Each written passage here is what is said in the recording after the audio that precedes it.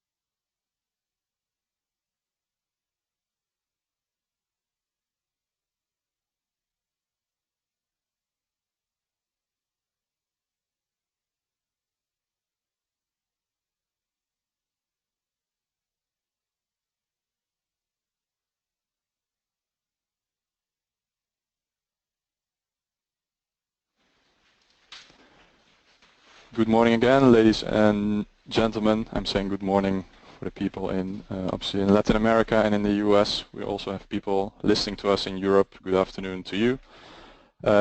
Welcome to this Solarplaza webinar, maybe the first, maybe one of the many webinars you've already been joining with us. My name is Stefano Kruku, project manager at Solarplaza. I'll be moderating this webinar and introducing the speakers, providing the questions and answers also from your side as attendees.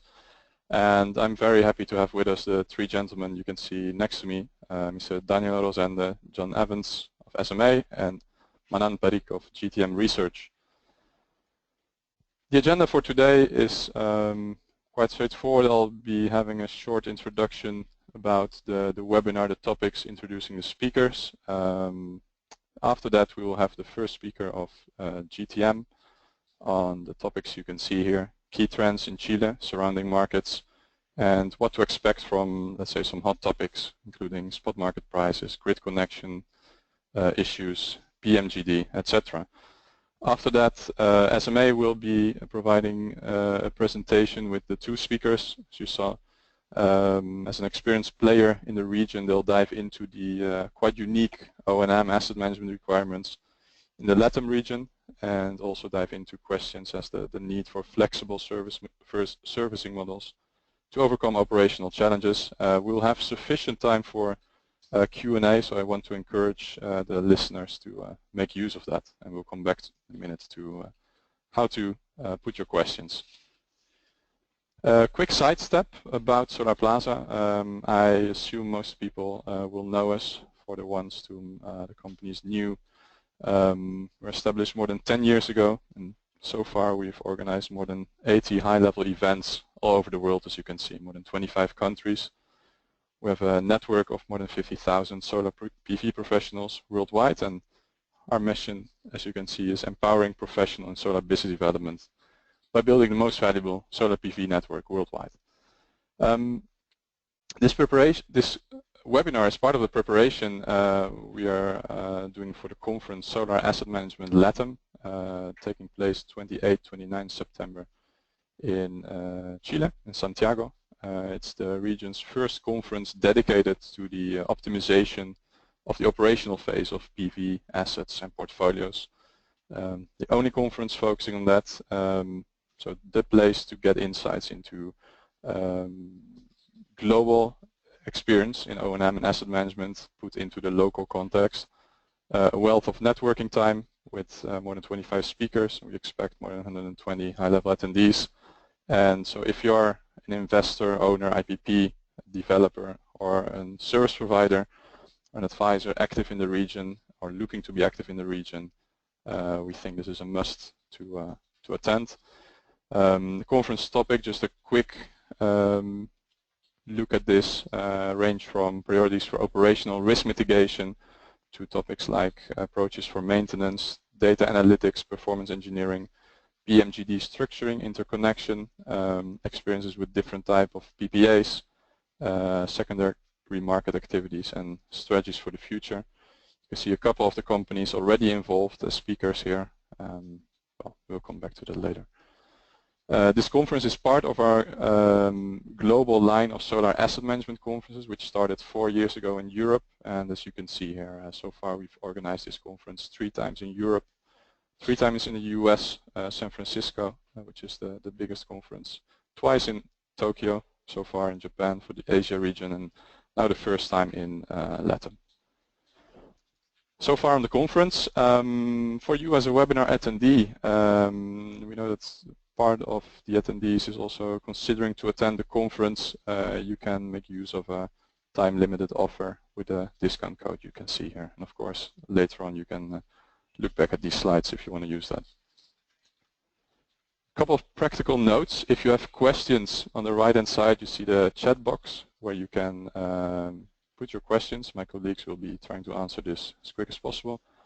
Any technical issues also with your sound, you can use the same chat box. During the presentations we will have a couple of poll questions coming up where you can give your opinion, your answer, and this is very interesting to see what the audience is thinking, so looking forward to have your involvement in that. And the presentation slides and recordings will be made available afterwards as usual. I'd like to introduce the first speaker of today. I already mentioned him. It's Manan Parikov. He is solar analyst at GTM Research, well known in the US, and we're very happy to partner with GTM on a regular basis. Manan covers global downstream markets with his research, focusing specifically on LatAm and Caribbean. He is involved in the LatAm playbook that is published by GTM on a regular basis. Previously he worked at the Schatz Energy Research Center and the UC Berkeley in Northern California. Before that, among other roles, he has been involved as a consultant in PV Complete. The other speakers, I'll introduce them now because later on we'll just continue with them. Daniel Rosenda, General Manager for SMA for South America. He develops and manages all sales and marketing and service activities. So quite a tough job for Daniel. I'm happy you're joining here to share your experience so far. Previously he was involved as a project manager with Solar Direct, very active IPP and developer in the LatAm region. Before that, among other positions, active at the Fraunhofer Institute. Our third speaker of today will be Mr. John Evans, Director of Customer Service for SMA America. He oversees all customer-facing teams, including service, operations, maintenance, and the monitoring center. Nearly 30 years of experience in the power industry, supporting projects, well, basically all around the world. And, well, one of the things he did prior to SMA is spending 10 years with the fuel cell energy as a field technician and supervisor. First speaker of today, I'm announcing you again, and we'll make you presenter in a second. Manan Tariq will now make you presenter, so if you can put up your slides, the floor is yours.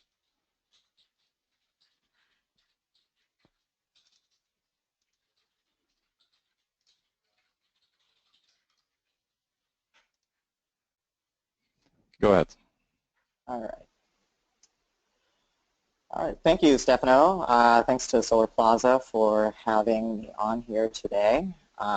Just wanted to catch up a little bit on the fast-paced solar landscape in Latin America. It's one of the fastest growing regions for solar, and it's highlighted by a couple of high potential markets headlined by Chile. So I think that'll provide us a lot of context moving forward in terms of how we kind of view these markets and view these regions from a project perspective. So starting off, just wanted to cover a little bit about what's happening from a project perspective. Latin America as a whole had a record year in 2015, installing approximately 1.4 gigawatts. And that's about 813 megawatts more than in 2014.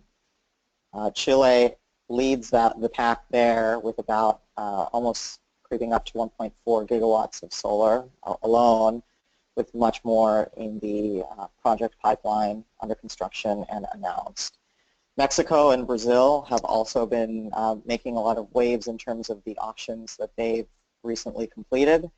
2016 is set to be another record year for solar in the region, with the market growing about 55% to approximately 2.2 gigawatts. The strengthening of the market is reflected in the fact that the region's share of global demand increases year on year to peak at 9.3% in 2018. And when you think of the three major markets in Latin America, Chile, Mexico, and Brazil, from a segmentation perspective, they're primarily utility scale markets in these countries. Brazil has relatively small segments within commercial and industrial. Chile is almost entirely utility scale. And Mexico probably has the most diverse segmentation market, with residential taking about 50 megawatts of their installed capacity, and commercial about 35 megawatts. Mexico is also doing a lot more in terms of distributed generation, and their market share is growing in that segment even more so as policy developments and project developments continue there.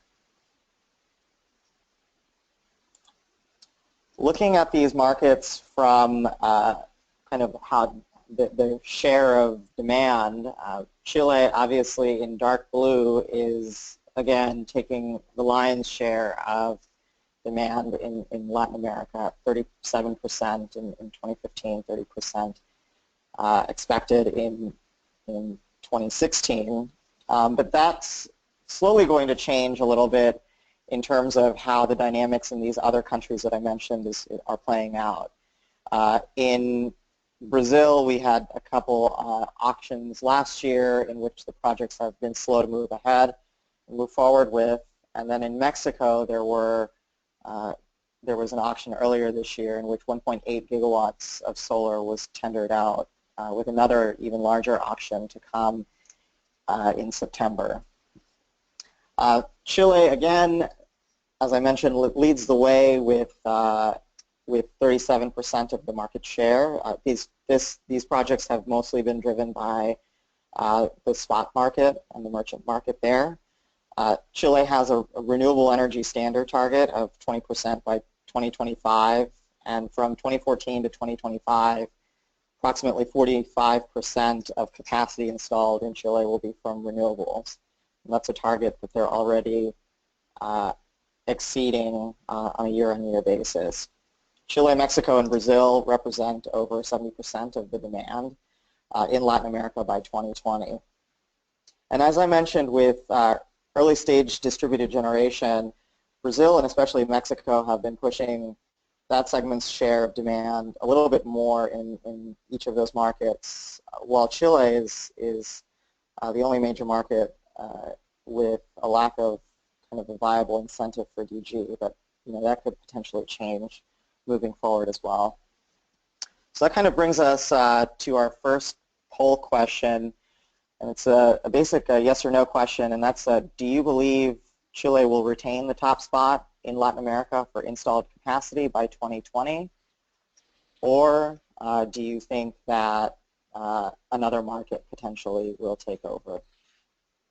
Yeah, thanks, man, for introducing the question. So curious what people now listening to the webinar think, and let's give them a couple of seconds to give their answers. Maybe we can already see the answers coming in, or I think we should wait a little bit with them. Okay. Yeah, because clearly Chile leading in what is now under construction, but after that things are very likely to change, as you already showed in the first graphs. So let's see the answers. Here you go. Clear. So 60% thinks Chile will not be retaining the top spot in 4 years from now. So there's something to say. What are your thoughts on this answer, Manan? Did you expect this, or share your comments? Yeah, it means that they're paying attention to the graph pretty closely. I think it can go either way. I think Chile, and we're going to discuss some of these dynamics in the coming slides, and I think that especially regarding kind of the elephant in the room as it pertains to Chilean solar, which is interconnection, a lot of projects have stalled there. And so while we have this massive over 3 gigawatt under construction pipeline and announced pipeline, there's definitely some hesitation in terms of how some of these projects will get financed and whether they're actually going to get completed. Whereas in Mexico, for example, the auction drivers have really kind of pushed the initiative for solar projects to complete there. But again, those dynamics are changing, and we will kind of cover how they're changing there.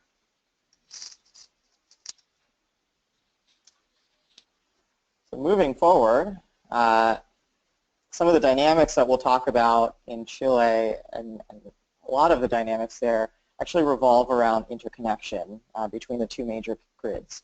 So the Norte Grande grid, which is all the way up in the north, with the central grid in the central part of the region. The central grid carries about 90% of the population of Chile, whereas the Norte Grande northern grid is approximately, is where a lot of the high insolation regions are and where a lot of these larger solar projects that are announced and under construction are located. Some of the dynamics in terms of interconnection, recently the Chilean government passed the interconnection law, and that will ensure that energy will flow from basically the northernmost tip of Chile to close to almost the southernmost region in the country, and that will encompass a lot of areas where solar projects are, especially in the high insolation regions of the north, will be able to come online and feed into the grid. So right now, the way it works and the way it is that a lot of these northern projects are not actually able to feed into meet the demand of the central part of the country where a lot of the population lives. And so as a result, in this green box over here, some of the dynamics with that is that Chile has actually had an excess of energy in the north, and they recently reactivated interconnection with Argentina and was exporting the equivalent of about 8% of yearly generation to Argentina, which is potentially set to increase soon. And there's also a new interest rekindled between Peru and Chile in terms of exporting some of the generation up further north to Peru. Some of the developments regarding interconnection, the date in which the project should complete is approximately end of 2017, but we could potentially see that pushed to early 2018. That'll open up a lot of different possibilities for some of these projects that are in limbo. Some of the projects that have been announced that are sort of securing financing, but it's unclear whether or not there's the capacity to bring them online.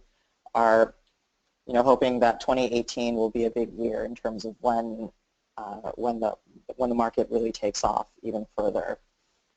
Some of the central grid dynamics include approximately 50% already of the 1.3, 1.4 gigawatt operational capacity installed there. Most of these are in the Atacama region, which is all the way at the northern part of that central grid. And so there's almost a choke point in the northern part of the grid where a lot of generation is concentrated. As I mentioned earlier, Chile is currently producing more power from renewable sources than its annual target mandates, and these grid enhancements will trigger potentially new growth in 2018.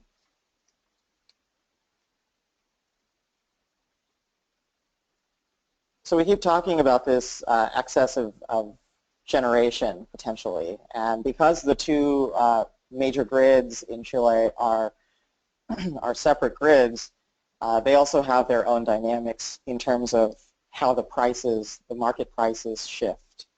On the graph on the left side of the screen, you'll see the dark blue line represents the merchant prices or the spot prices in that central grid, and it's kind of like almost like a roller coaster. And then the light blue or the lighter blue is the market prices in the Norte Grande or the northern grid. And so what's happening in the central grid as it kind of roller coasters up and down is there's an excess, or there's quite a bit of hydro generation in the central grid. And so when projects basically, or when hydro reservoirs fill up after the winter snows melt, there's a lot of generation, there's a lot more electricity that's in the grid that's able to feed in. And as a result, because of a lot more energy in the grid, there's an excess, and these prices slowly begin to fall. In some cases, there have been instances where the spot prices crash to about zero. When those reservoirs slowly deplete, obviously the generation from those hydro projects are then slowed down, and those prices, spot prices, again start to rebound. Chile has definitely been much more of a merchant scheme, and many of the projects are tied to this spot market, and so there's a higher risk of exposure to crashing spot prices when the grid is saturated, which is why we expect a little bit of a market decline in 2017. So that introduces this new type of, it's not even very new, but it's been around for a little while, and it's called PMGD. And PMGD projects are projects that are less than 9 megawatts. The sweet spot for those is around 3 megawatts, a 3 megawatt project. And what these projects basically do is they overcome that difficult spot market dynamic. They reduce engineering risks and O&M costs. It definitely reduced the time and cost of assessment processes in the country for those projects.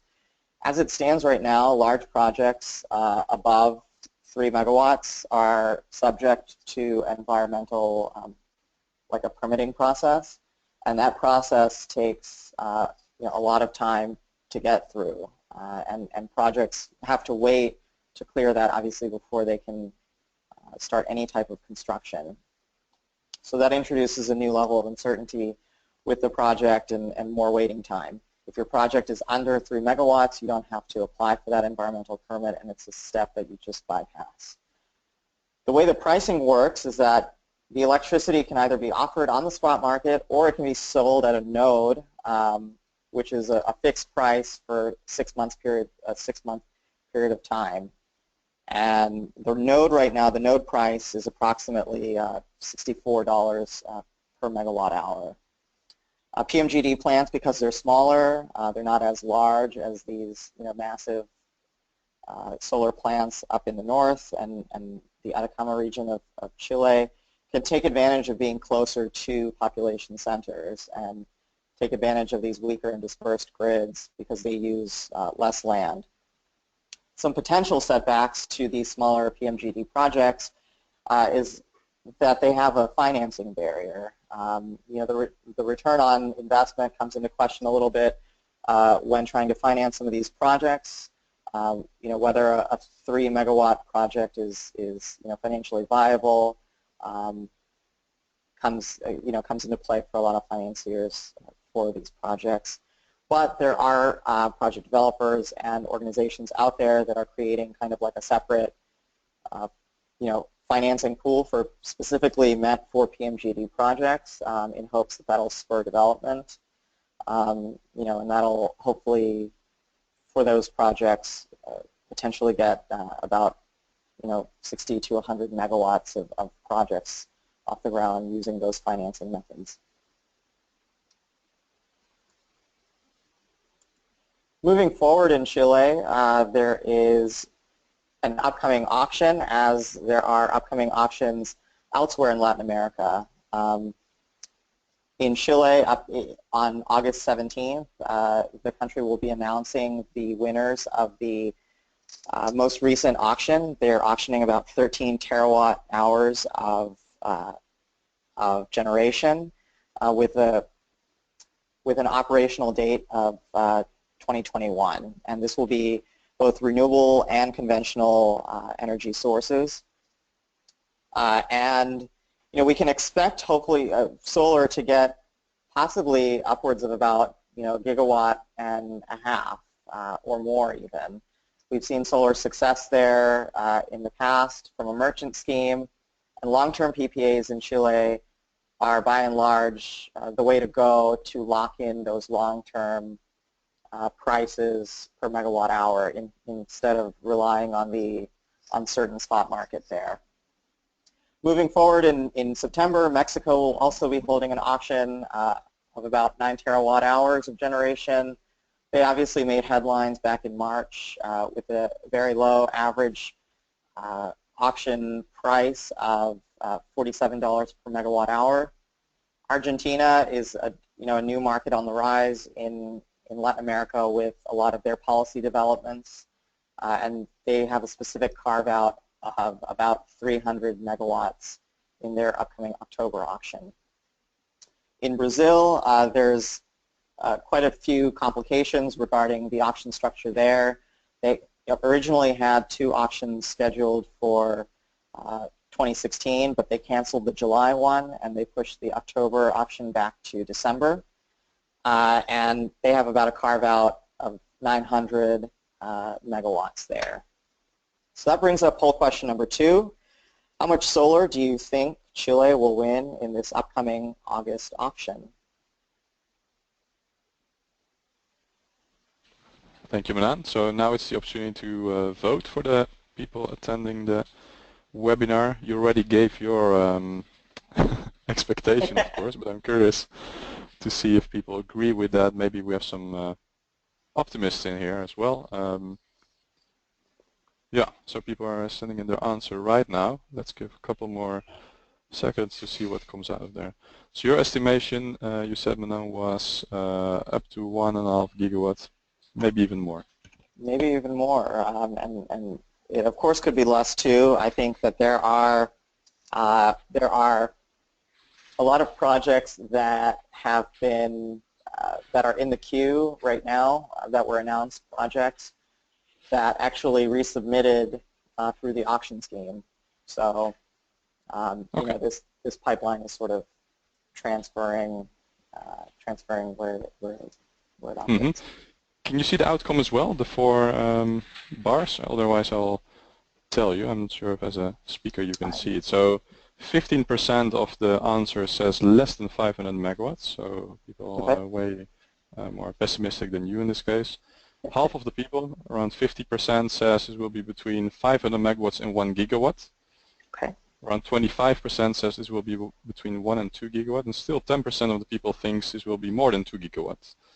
That's impressive. Yeah, I mean that shows a lot of confidence, I think, in solar. I think, you know, for the majority that voted in the 500 to 1,000 range, it certainly is, you know, not out of the realm of possibility. There's already a lot of solar in the country that have been announced from a merchant perspective. So, but more than 2 gigawatt, any chance?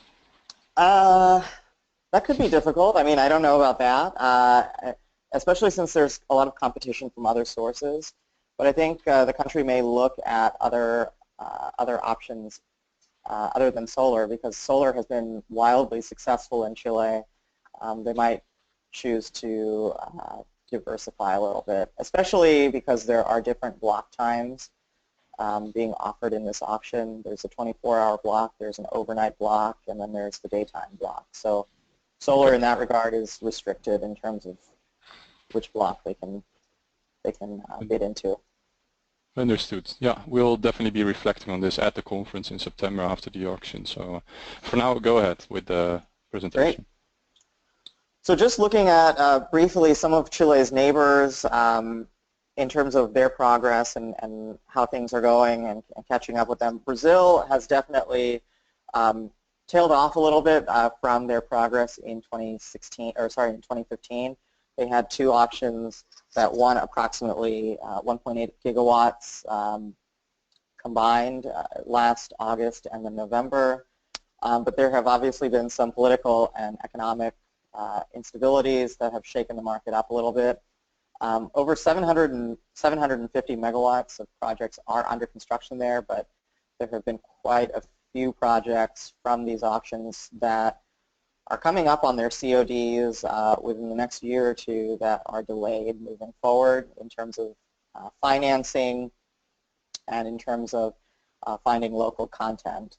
There are a couple of banks within the country, like BNDES, Banco do Nordeste, that have been financing some of these projects, but again, because of the currency fall, there have been some issues with developers in terms of moving these projects forward.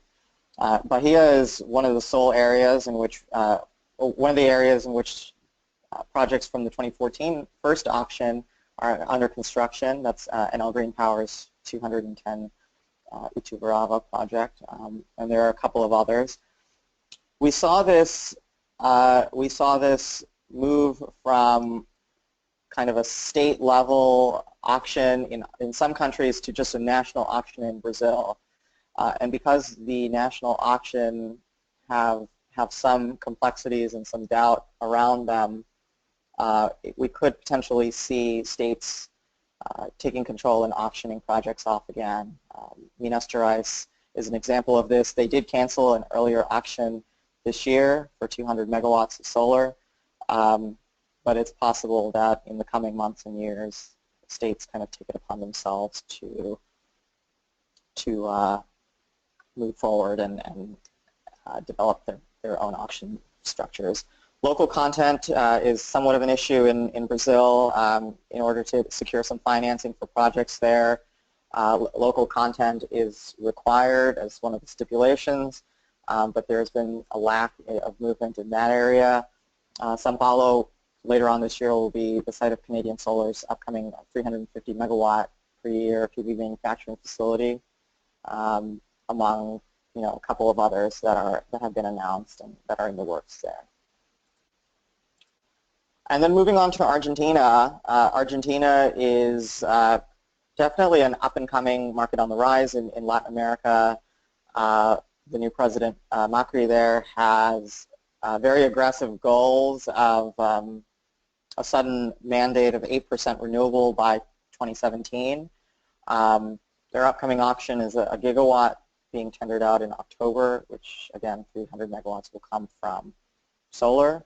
And we could see solar start to grab more of a share of the market there in Argentina.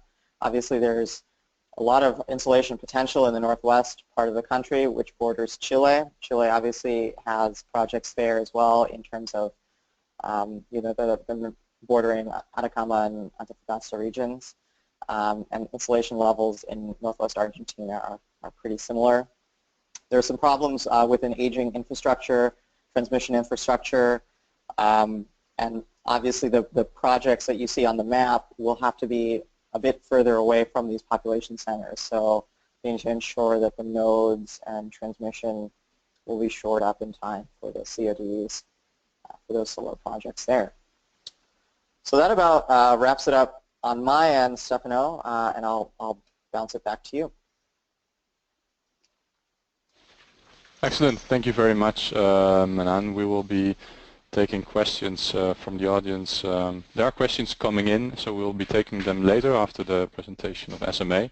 So you're still with us, and I would also like to encourage people continue to send your questions for Manan. We'll be dealing with them in about 20 minutes. Manan, we'll be muting you now, and I'll be unmuting Daniel, the first presenter representing SMA. It's great to also have the perspective of a very active player in the region here. Daniel, I'm making you presenter right now, so you'll be able to share your screen. And I would say the floor is yours. Thank you very much, Stefano. Thank you very much to Solarplaza for organizing this this event. I think we are in a very good moment in the Latin American PV market to discuss about operation and maintenance and service topics in the region. So I think it's a right moment to comment with the audience. First of all, I would like to give you an overall description of the agenda we are going to have. Very briefly, I'm going to speak about to give an overview of SMA. Then I will comment in some of the aspects from the presentation from Manan regarding the Latin American PV market. And afterwards, I will pass to our colleague John Evans, who is going to speak about more SMA service and operation and maintenance experience in globally, and also with some information regarding the region. Yeah. So mainly to give you quick facts about SMA. Today we have passed already 50 gigawatts of installed capacity with SMA solutions worldwide. Last year we achieved a sales level of €1 billion. And we continue to put a lot of emphasis in research and development with a team of about 100 people. We are present in about 20 countries with 4 production sites, particularly in the case of Latin America. We are active with offices in Chile. We have a sales and service office in Brazil. That is a new hub we have for the region, and also we are receiving a lot of support from our headquarters in the US for the region regarding some activities in Mexico and Central America. The main markets in which we have been active today are mainly in Chile and also in Central America in terms of installed base, but today we are also looking forward to a lot of opportunities and businesses in Brazil, Mexico, and also in Argentina. Only to give you an overall view of our product portfolio. For sure, we are well known to be an inverter supplier in all segments, in utility, commercial, and residential segments. Our key segment has been so far the utility segment, with a capacity in the range of about 24 gigawatts. But also we have been also active in other new trend segments like the off-grid and storage areas and businesses. And most important for this presentation, the experience that we have already in the operation and maintenance and service, where last year we achieved place number 6 worldwide as OEM supplier and provider in the world. So to talk a little bit, or to comment a little bit more about the Latin American PV market, only to put some key ideas about the key market drivers that we have seen in the region. Normally, we have seen a strong demand, electricity demand in all different countries, and together with that, favorable, very good conditions for PV in general. This together with a strong dependency on foreign fossil fuels and also some sustainability concerns have put a lot of push from governments in promoting and making renewables and solar PV a reality in the region. You may know that for sure in the case of in some countries we are talking that we have the best solar resource. In some countries like Chile and South Peru, you have the radiation levels among the highest in the world, and this together with a very good aspect that is the very good solar resource located in areas where you have big demand centers like the mining sector, for example, in the north of Chile. You have very good conditions, or having very good conditions for the development of solar PV. Another key driver has been the high energy prices we have seen in the market, but this trend is for sure changing. We have the results of the last auctions and tenders in the region. The case of Mexico, Peru, and the last ones also in Chile. There is a trend in making the energy market more and more competitive with new players, new participants, and I'm talking about new players also from an energy mix perspective. Normally today the main driver for PV market in region, and as Manan was talking about, are the PV auctions or renewable energy auctions in the region. The most well-known ones are the ones from Mexico, Peru, Brazil, but we are also looking to some big initiatives coming in countries like Argentina. In Bolivia, there are projects organized by the government only focusing in PV. So we are looking the trend more and more in the direction of renewable energies, and particularly in the case of solar PV. In general, we have seen a subsidy-free economic competitive environment, and this is something that we have seen in the market, and with the last interactions with the main players in the industry, due to the regional conditions, and also because of the PV current capex and opex situation. We have seen that PV is a key part of the energy mix, and there's big expectations in the coming tenders. For example, regulated customers auction in Chile about how big could be the volume. Key markets, only to give some additional insights for these markets. We have seen that for sure Chile, Brazil, and Mexico are leading the way in the region. In the case of Chile, is for sure the most developed market in the moment. We know that there are more than 2 gigawatts already that are going to be operational during the coming months. The expectations are in the range of 4 to 5 gigawatts until 2020. And the particular aspect of Chile, I would say, is that there is a market that is not completely dependent in terms of regulated auctions, but also you have still some possibilities of PPAs, some merchant business cases, and also the possibility for PMGDs projects up to 9 megawatts, like Manam said, to have fixed price or stabilized price to develop these projects. In the case of Brazil, there is a lot of interest in the country. For sure, there are some still some barriers, some concerns regarding how to finance, how to put in place the equity for some of the projects. There are some discussions internally between the association and the government, how to fix that.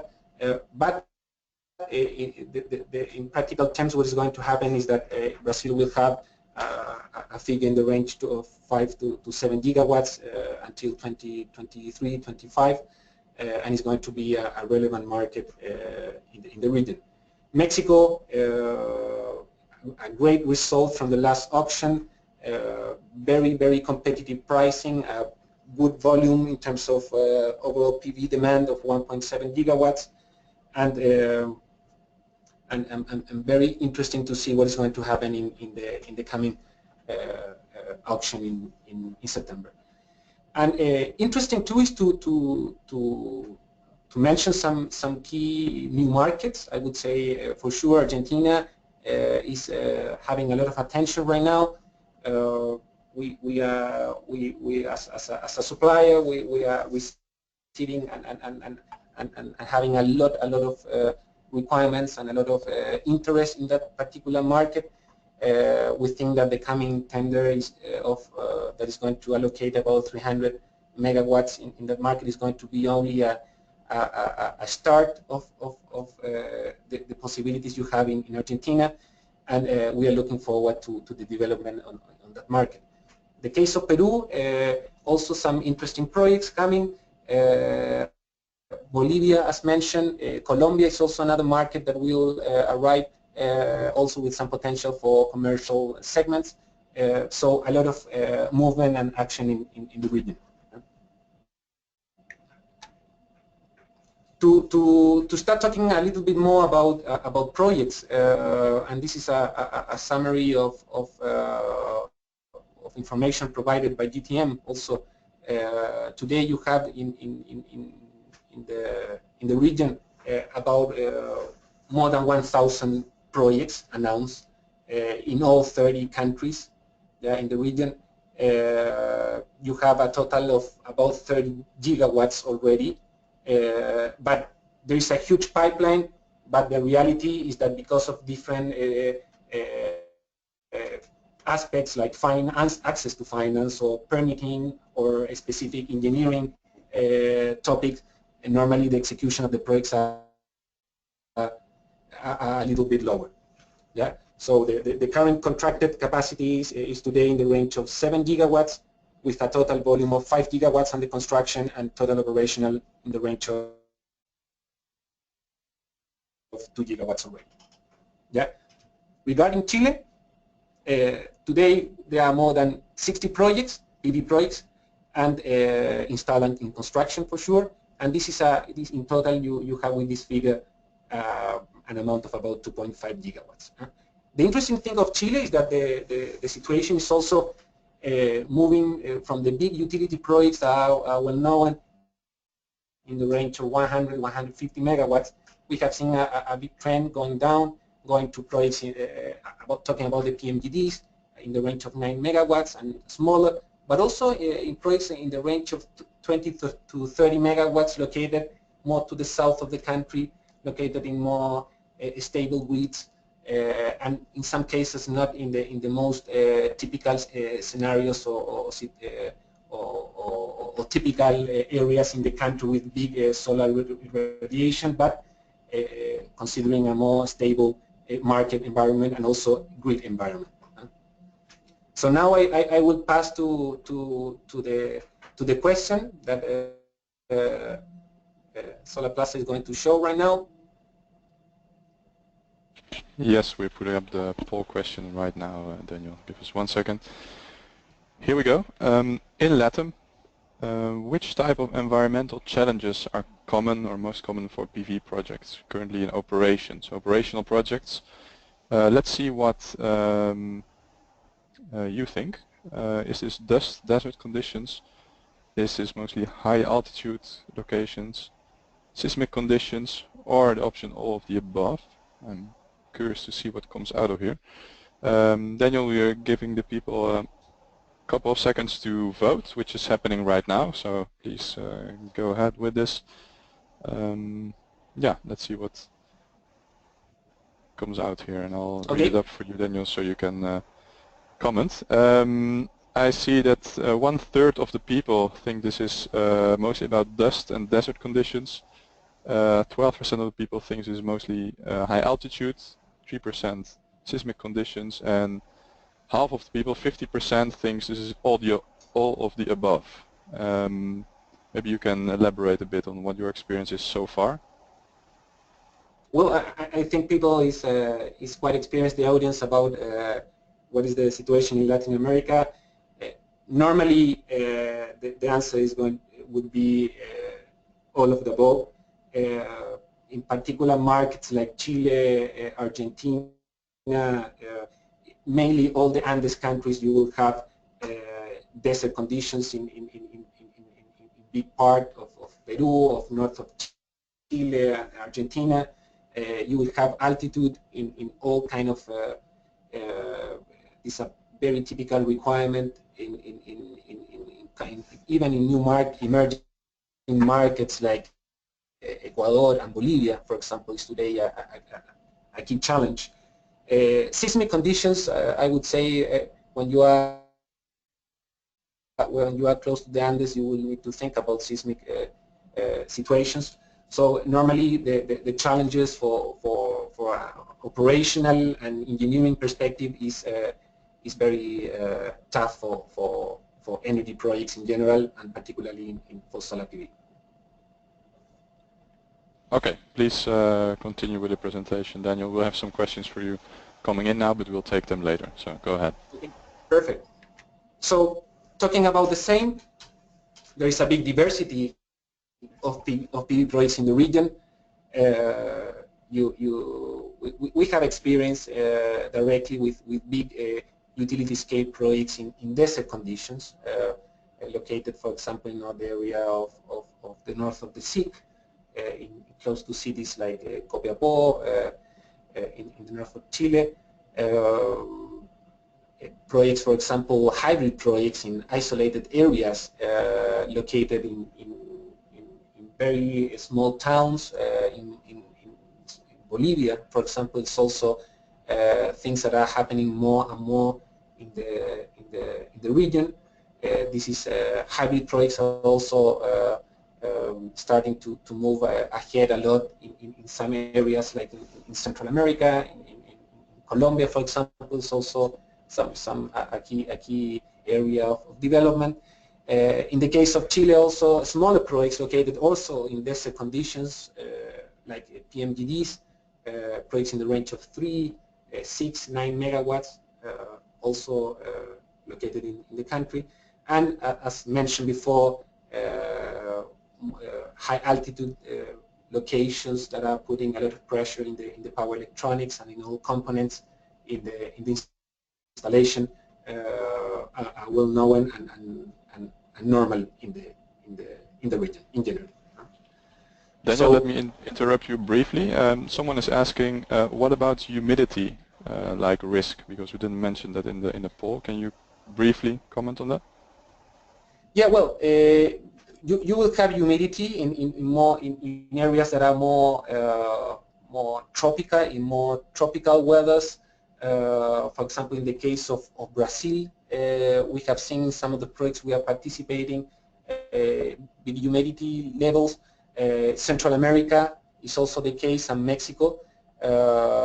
But normally, the situation, for example, in Chile, Peru, Argentina, and in the high part and in the close to the Andes area of Argentina, you don't have high humidity levels that are kind of a key topic for operations right now. Clear. Thank you. Well, with this, I'm passing to the service and operation and maintenance topic. I will pass to my colleague John Evans, and he will go with much more details about this particular topic. Perfect. John, I'm making you presenter now. Muting Daniel again, so we'll be able to see your screen. Please go ahead. Okay. Well, good morning, everyone, or good afternoon, however that may be. My name is John Evans. I am the John, we don't see your screen yet. that. Can you? I am the. Yeah. Go ahead. Yeah, it should be there. It is. Go ahead. Thank you. Okay, fantastic. Again, this is John Evans. I'm the Director of Customer Service for the for SMA in the Americas region. And we're going to shift gears a little bit now, and instead of looking at the overview of the markets in the various Latin American countries, we're going to delve down a little bit into business from a service and O&M perspective as we see it on the ground in many regions. So I just wanted to start by giving you a little bit of background on the service organization. I'm not going to go through this entire slide in regards to what we do, but I'm sure there may be people out there who think of SMA as a strictly inverter manufacturer, and if I could just draw your attention to the bottom of this slide, talking about a service portfolio that we have. We're involved in grid emulation, commissioning, preventive maintenance, warranties, and of course we do a full wrap plant-wide operations and maintenance service as well. So we've got quite a bit of experience obviously in services as a whole and in the operation and maintenance realm, and that's why I wanted to spend a little bit of time, and I really appreciate Solarplaza for inviting me today to talk about some of the things that we see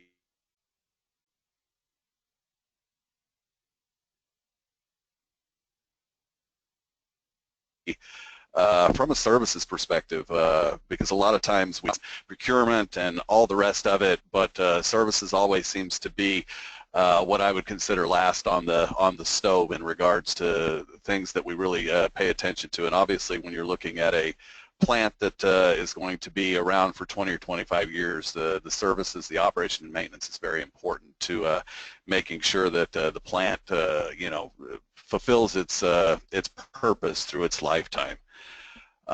So Benjamin Franklin once said that by failing to prepare, you're preparing to fail, and I honestly believe that that's the case in a lot of our industry.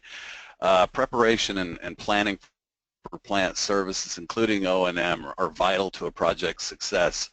And what we've seen globally is that the successful companies are making sure that they're planning for these services at the beginning of the projects, and they're not waiting until substantial completion date.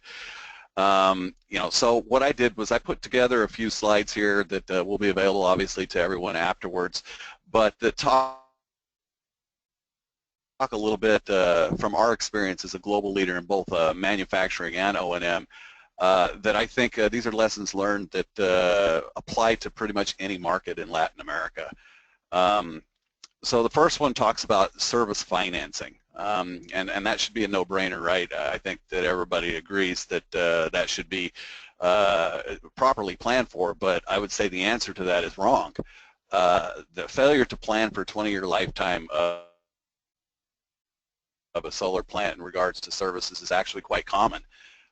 Whether you end up robbing your O&M budget because of overruns during construction phase, or you design your plant in a region or with equipment that is causing you additional service costs down the road, many companies find themselves squeezed at the end to provide the adequate amount of money required to support the projects long term. And if you think about you know, what we're doing here, the equipment is no different than any other equipment in pretty much any other industry. It's gonna, you know, it's going to follow a standard failure life cycle. Sometimes we refer to that as the bathtub curve, where as an owner you would expect a higher failure rate of the equipment over the first couple of years as it burns in and becomes stable, and then, you know, over the next few years or the next 10 years, 12 years, 15 years, it should be relatively stable. And then as your parts get towards the end of their lifetime, you'll see that increasing failure rate later in life. As well, there are some regulations out there, local regulations that require, for example, high voltage testing, which can be quite comprehensive in like years 3 and 5. Some equipment manufacturers, inverter manufacturers, transformer manufacturers may have what we refer to as an overhaul type of maintenance at about the 10-year point. All these things obviously present a picture where your maintenance costs are not flat through the entire 20-year period. And so as an owner or as an O&M operator, you need to be looking at all those OEM documents in regards to the maintenance that's required, understand them, and be planning accordingly, you know, for the heavy years and for the light years. That John, way there are no one hidden question surprises. that comes in, if Sure. I may interrupt you. Yep. Someone is asking, is this still true for a market like the US, or is there a difference with Latin America? So is this more the case still in Chile, for instance? What's your experience so far? No, I think that I think what really the main difference you see there perhaps is the transmission grid and what your point of interconnect. Obviously, the electricity is flowing both ways, and the stability of the grid can affect the operations of the site. So if you're on an unstable grid where you're seeing numerous outages and things like that, that can cause back surges into electrical components and things of that nature. So it definitely applies everywhere, but I would say it applies even more when you're talking about a market or a country or a region, a site where you're putting in a site that has an unstable grid. I think that probably is the biggest factor on that. Does that answer that question? Clear, yes, I think so. Go ahead, thank you, John. Stefano? Okay. All right. So since we're asking questions, let's go ahead and go into the poll question that I put together. Talking about an exchange on a site. Can you put that up for me, Stefano? Yes, it is up now. So on a megawatt solar plant in Latin America, I was wondering if the audience would know what the typical cost for removing a faulty medium voltage transformer and replacing it with a site spare would be. Yeah, okay. So people can now also see the question. We've shortened it a little bit, John, but basically the question is, I'll repeat it, what is the typical cost for removing and replacing a faulty medium voltage transformer, replacing it with a site spare for a megawatt plant? Do you think this is between lower than $5,000?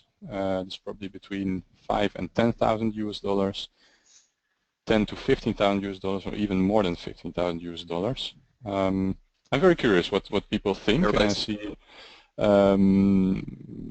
opinions are coming in right now. Wait a couple more seconds, John, so we can comment. Yeah, on they're probably that. getting out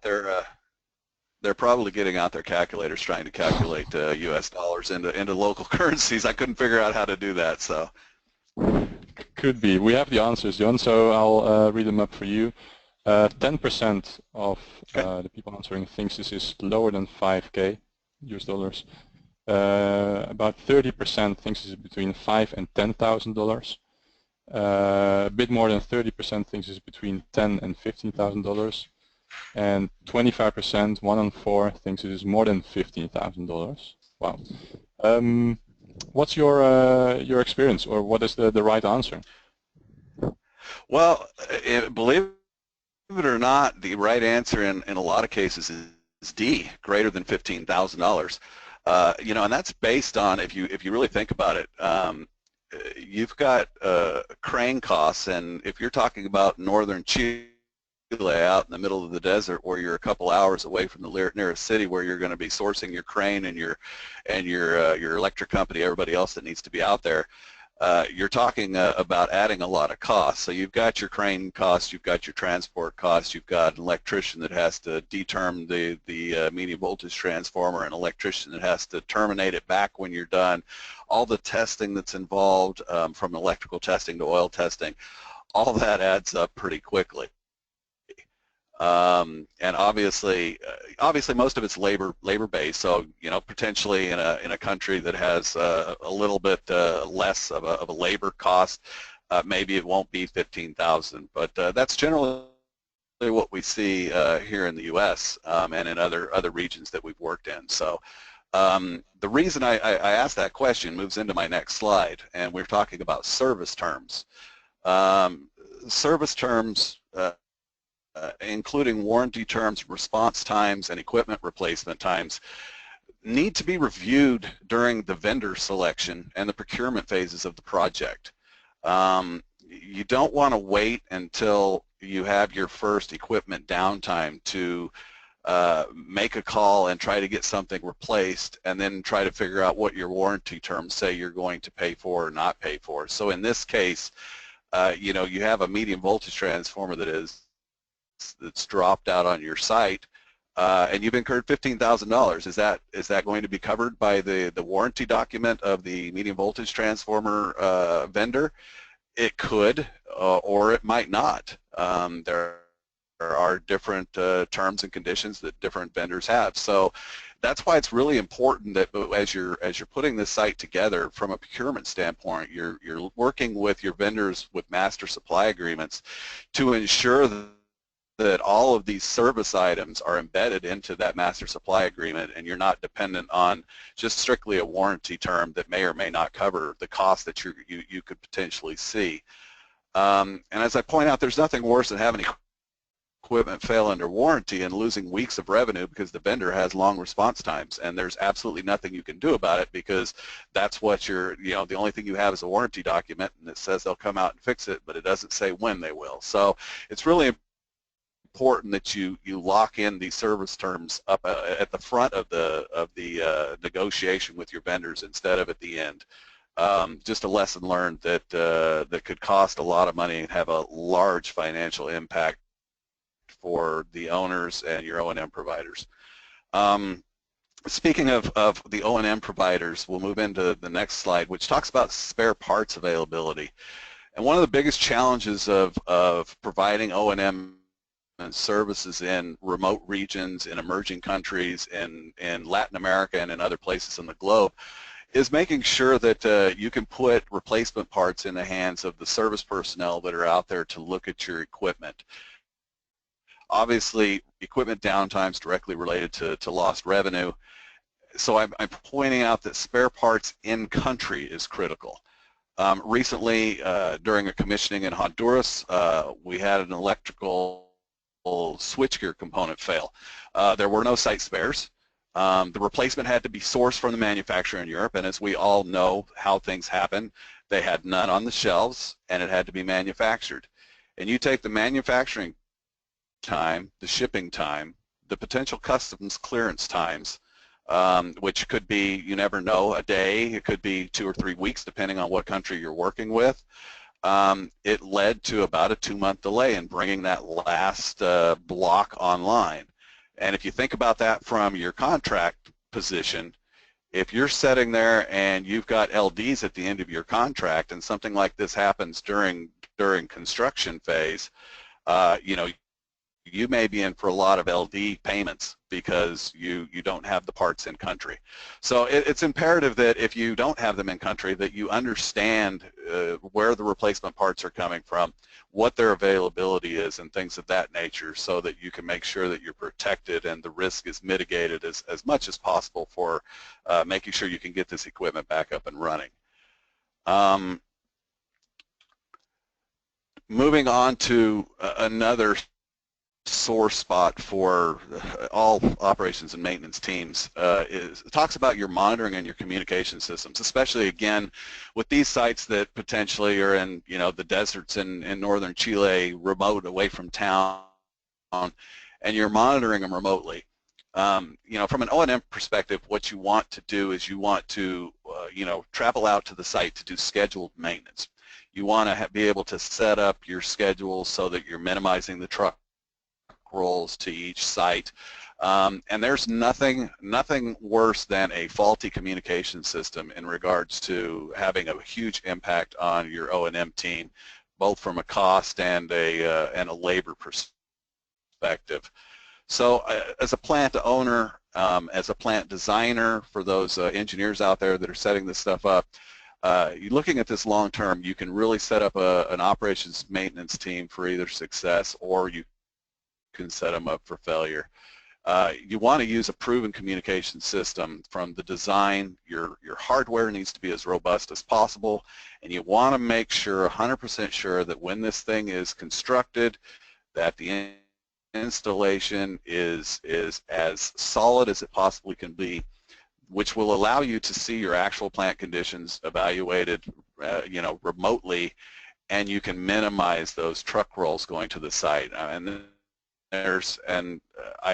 put in here, there's nothing worse than the revenue that you're losing when you have to pay someone to drive 2 hours to a remote site. They get there, the monitoring center has told them, I can no longer see this piece of equipment or that piece of equipment, and they go to that piece of equipment, they open it up, and they find a LAN cable that has worked itself loose and is hanging free. You're not really losing revenue because usually the equipment is still up and running, but you're losing revenue or you're adding cost to your O&M team that you want to try to minimize up front if at all possible. And then finally, I wanted to talk just briefly about safety. I probably should have had this as the first slide because we as a group, everybody on the phone, anybody that's interested in this industry needs to be thinking about safety as being the #1 priority in our industry. Everybody that's working from the EPCs to anybody that's out in the solar field, I think it should be all of our goal to make sure that everybody that goes out in the morning comes home at night to their wife or their husband and their children. It's just I can't emphasize the safety enough, and this is where we do see some issues from our perspective in Latin America.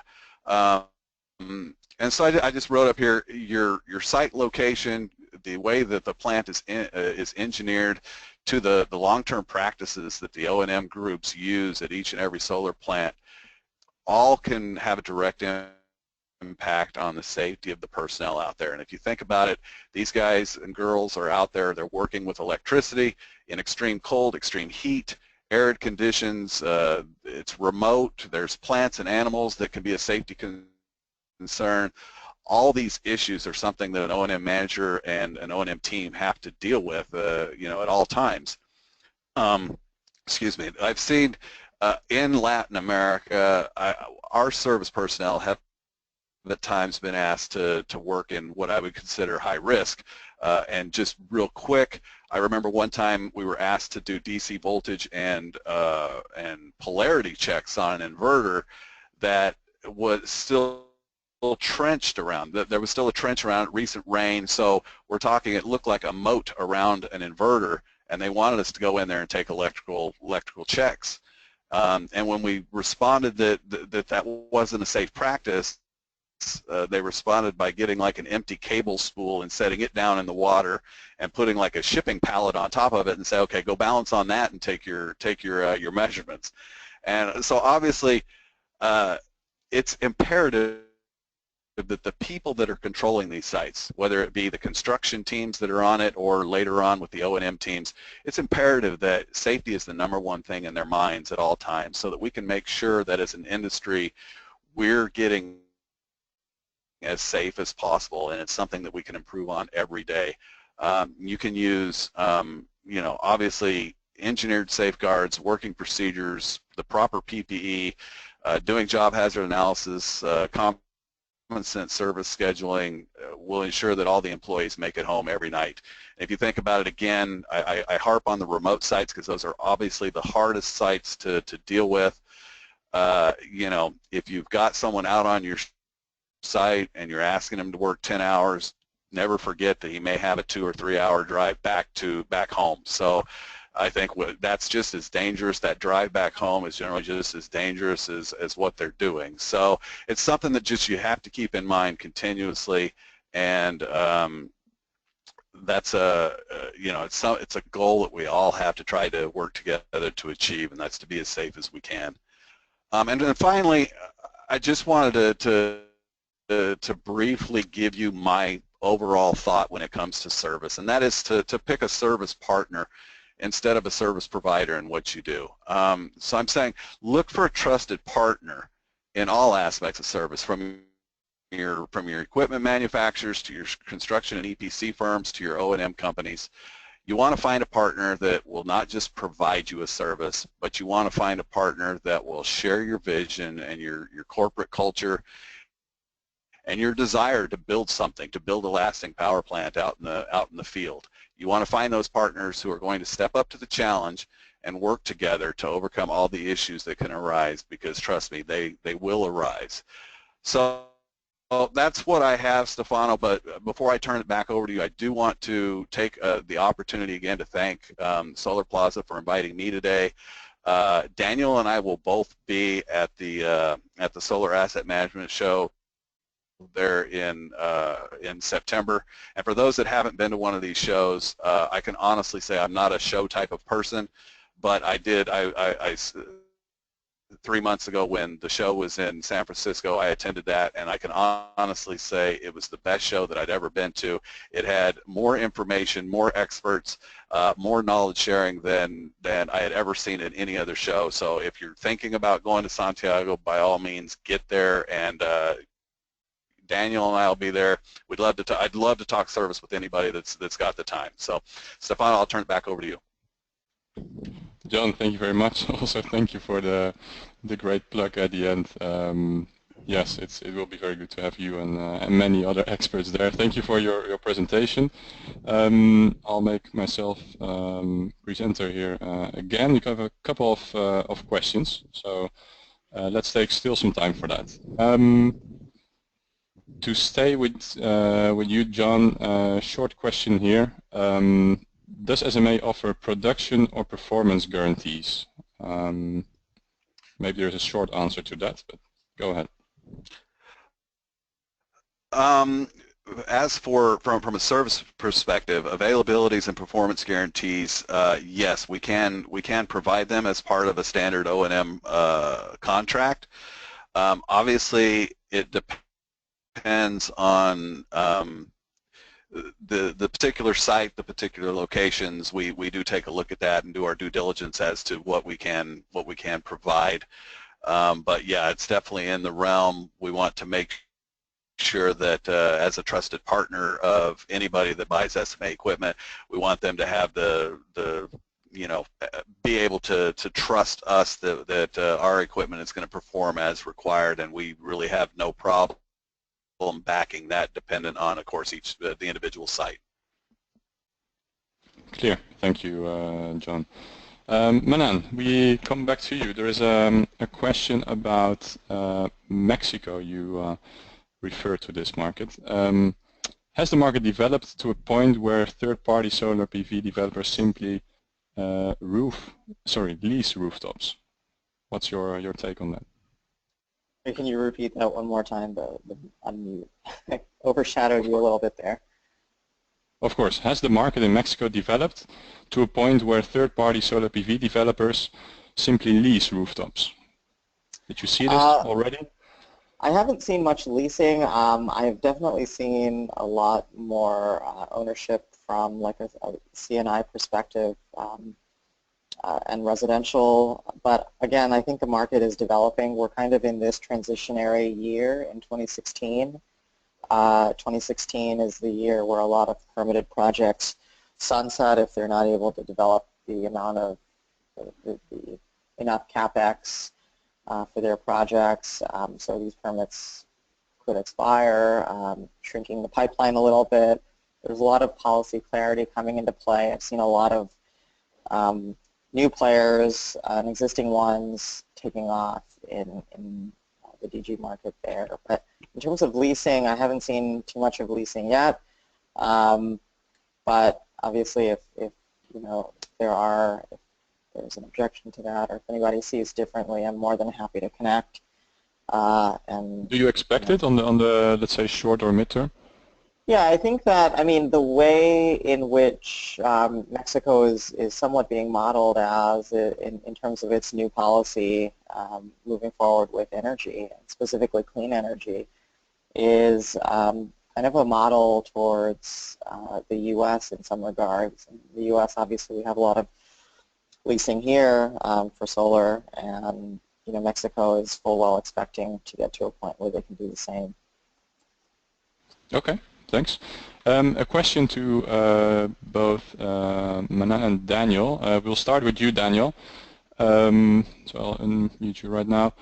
What's your opinion on Brazil's financial and political instability for the auctions coming up? How does this impact that and your expectations? Yeah. Yeah, thanks, Stefano. Yes, this is a very good question. This is the current issue and concern right now in Brazil.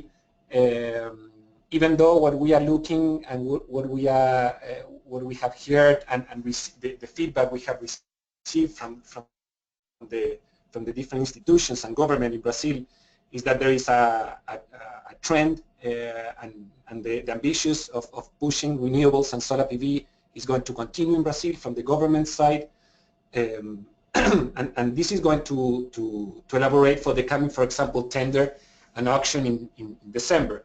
The aspect regarding finance, this is going to be the question of how much local content is going to be really required by Brazil to get the finance from the Brazilian Development Bank. And what other options of international finance or more creative financial scenarios will be available for PV projects. Thank you.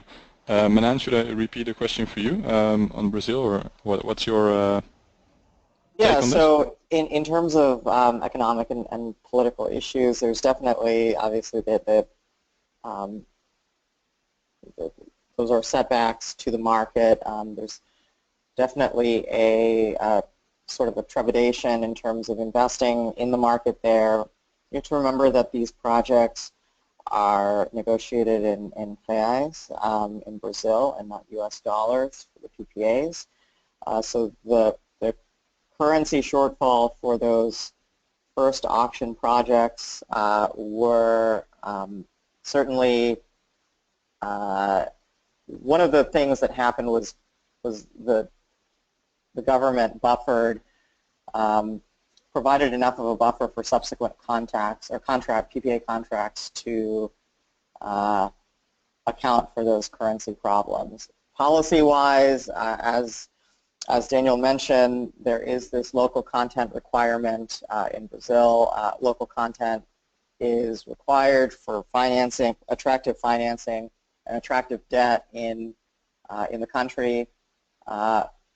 It remains to be seen. I mean, there's a big push to try and remove some of those requirements because it's preventing that access to capital, access to attractive debt.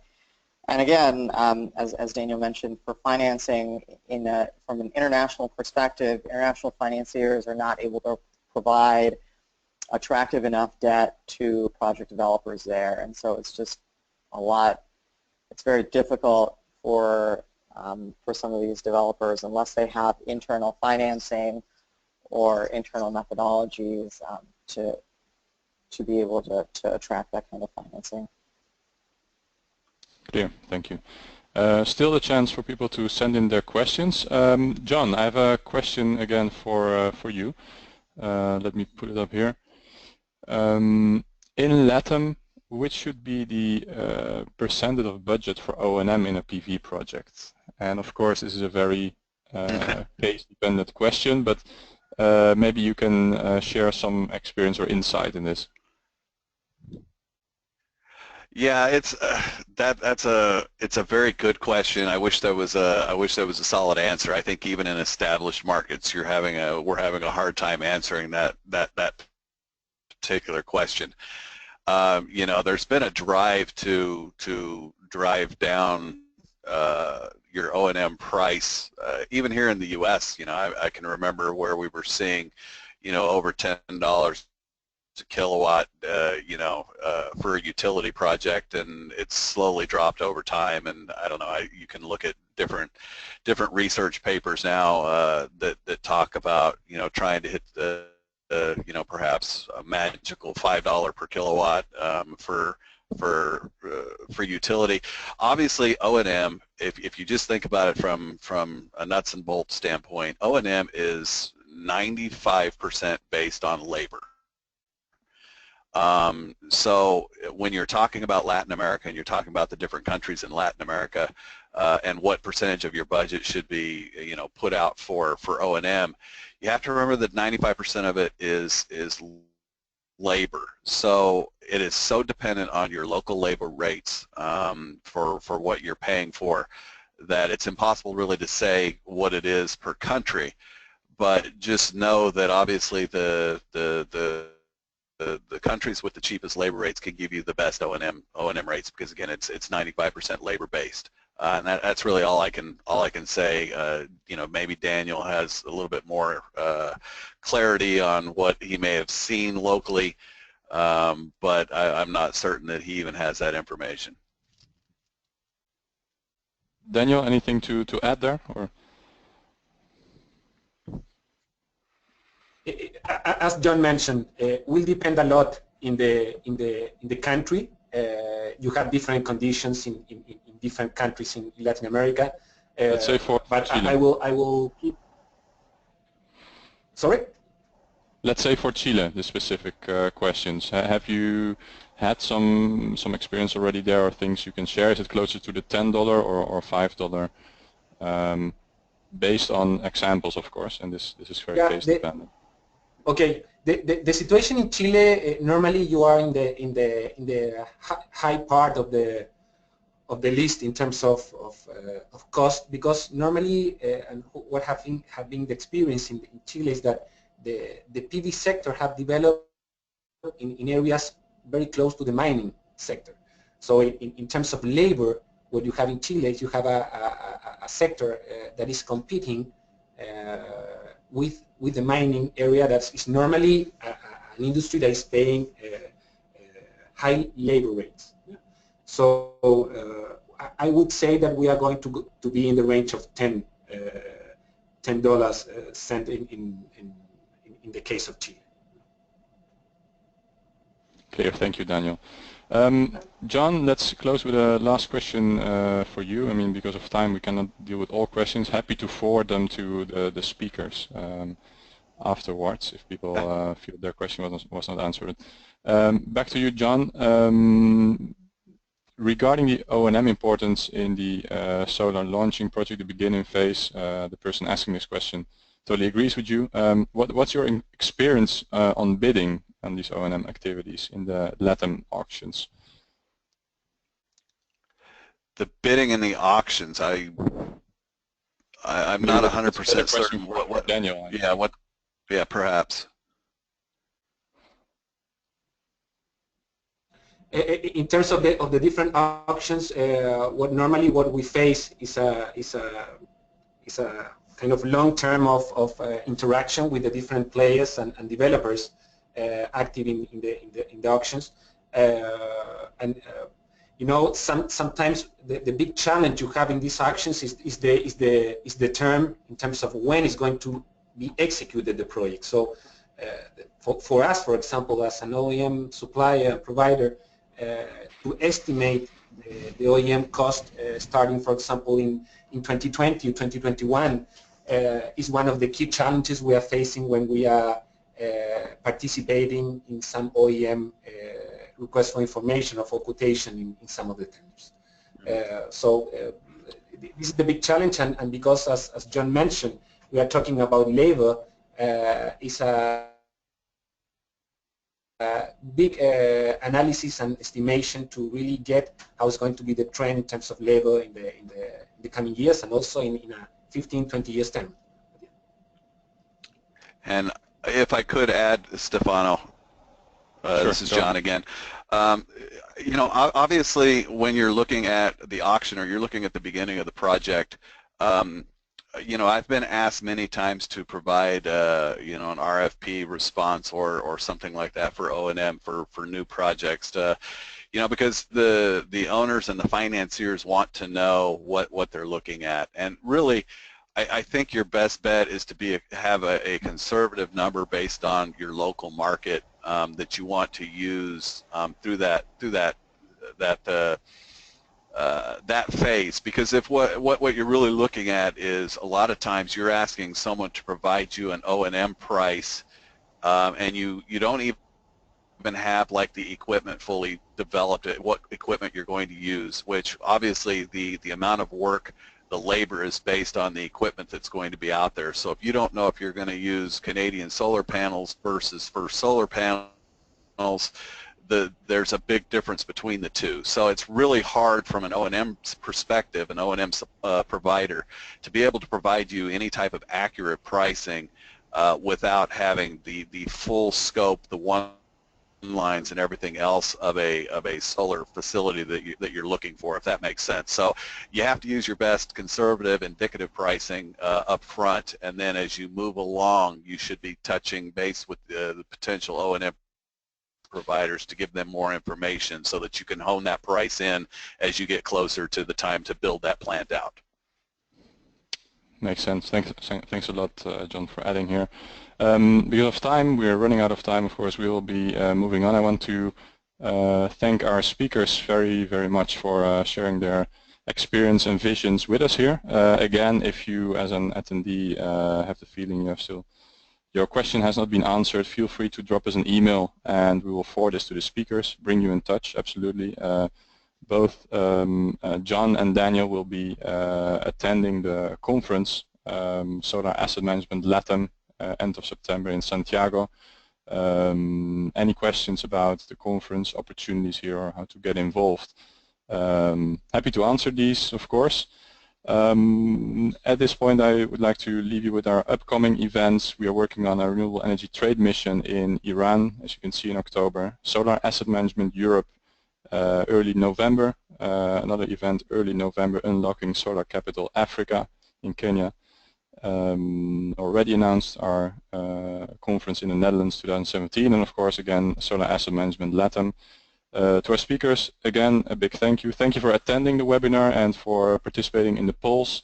Possibly looking forward to meeting you in person in Santiago in about 2 months. For now, wish you a great day or a great evening, and we will be definitely in touch. Bye-bye.